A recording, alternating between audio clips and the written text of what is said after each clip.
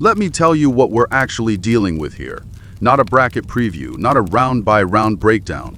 A reckoning, 4 teams entering these playoffs carrying weight, records broken, cities reborn, legacies on the line, a generation-defining player about to be tested for the very first time. You've watched this game long enough to know the difference between a good story and a great one.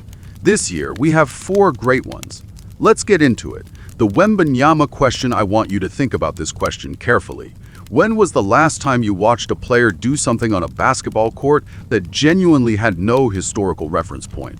Not just he is talented, not just he is special. Something that made you reach for the remote to verify that what you just saw was real. Victor Wembanyama is that player right now.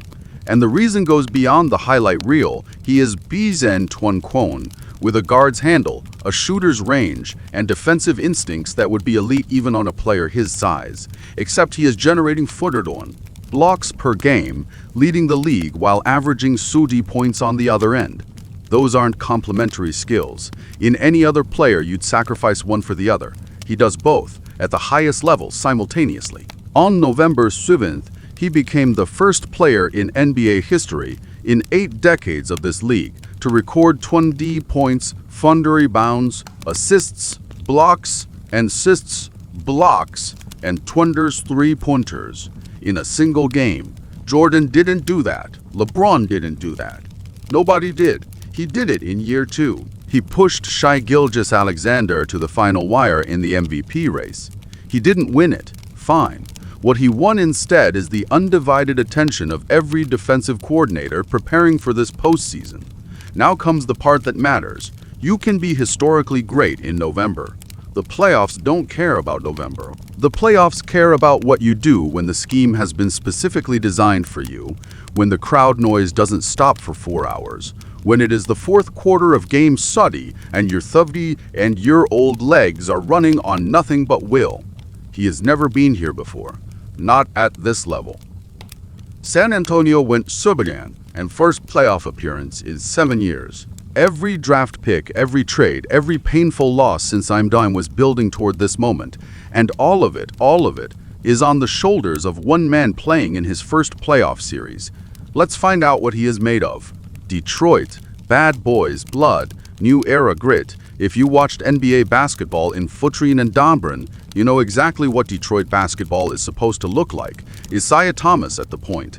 Bill Laimbeer taking up space in the paint the way a man stakes out territory in a ballroom. Chuck Daly running defensive schemes that made the entire league reconsider how the game was played. Back-to-back championships, not because they were the most talented, because they were the toughest. That is the DNA. And 2 years ago, you would have been forgiven for thinking it was gone. Ford wins, losses. The worst record in the league. A franchise that looked less like a championship bloodline and more like an organization that had forgotten what it was supposed to be. What happened next is statistically unprecedented in the year history of this league. They went from losing fundy games to winning 1 games in just 2 seasons. It has never been done before, not once. Detroit just became the first. Cade Cunningham is the engine, nearly 20 points and 30 assists per game. His assists per game, his 1.20 assist performance against the Knicks in February wasn't a career night.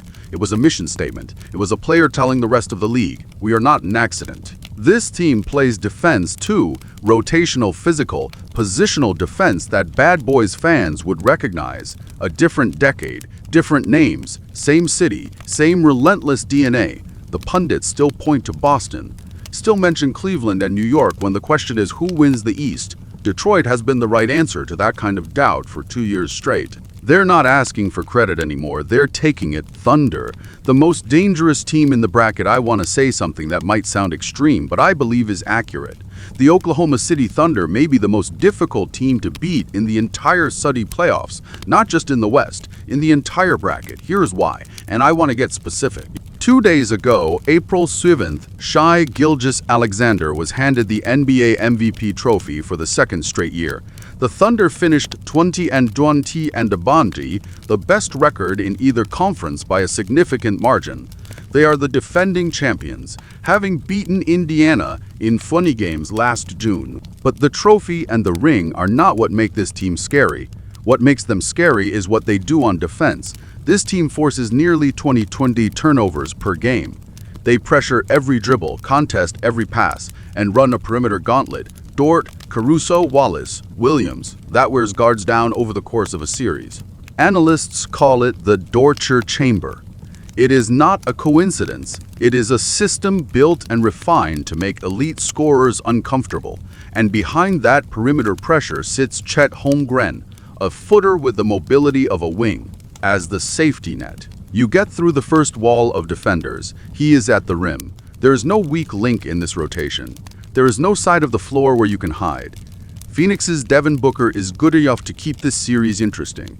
He is one of the finest scorers in basketball, but solving Oklahoma City's defense is a different problem than keeping up with a team on a hot night. It requires sustained execution across 7 possible games. Nobody in the regular season could do that consistently. Nobody here is what is actually at stake. Back-to-back titles would put Oklahoma City in a completely different historical conversation. This team is young enough to do this for years. CAA's Holmgren is one torn. The roster is built to stay competitive for a long time. They are not just defending a title, they're auditioning for dynasty status. And right now, I'm not sure anyone in this field is equipped to stop the audition. Portland, the season that refused to die. Let me walk you through what happened to Portland this year, because I genuinely don't think the national media has given this story the attention it deserves. Opening night. The Blazers win. Hours later, head coach Chauncey Billups is arrested as part of a criminal investigation. The season's first game has barely ended. The head coach is gone. Assistant coach Tiago Splitter, hired months earlier, still learning the roster, is handed the keys with no warning, no handoff, and no script. By January, Portland sits at Tunbine Fort started, hired month. The playoff conversation has ended before it started. This is shaping up to be a long, quiet season followed by a summer of uncomfortable questions. Then Deni Avdija decided that wasn't his story. Avdija, the Israeli-born forward, who had always been solid without ever being spectacular, had an entirely different year in mind. He averaged 25 assists per game. He made the All-Star game. He became the player opposing coaches built their entire game plan around stopping. Portland won 20 of their final 20 games and clawed their way into the play-in tournament. Then, with the season on the line against Phoenix, they trailed by 20 points with the game almost over. Avdija points of their Finijia points. Portland erased 20 points in the final minutes and won 20 Siwan. You want to say San Antonio and Wembanyama are going to roll through Portland in this first round. You might be right, but I'd ask you to remember that everyone said it was over in January. Everyone said it was over in the play-in too. Moda Center will be loud. It always is. Portland fans show up not because they expect to win. They show up because this team earned the right to be here through every possible obstacle they could have faced. Paper doesn't play defense. Portland just proved that for the 3rd time this season, closing 4 teams, 4 stories, 4 different answers to the same question. What does it take to compete at the highest level? Here is my honest take. This first round is more loaded with genuine drama than any I can remember in years, and not because the matchups are perfectly balanced on paper, because every single one of these stories has earned the right to be taken seriously. Wembanyama's first playoff test. Detroit is unprecedented turnaround. Oklahoma City's march toward dynasty. Portland refusing to let a broken season stay broken.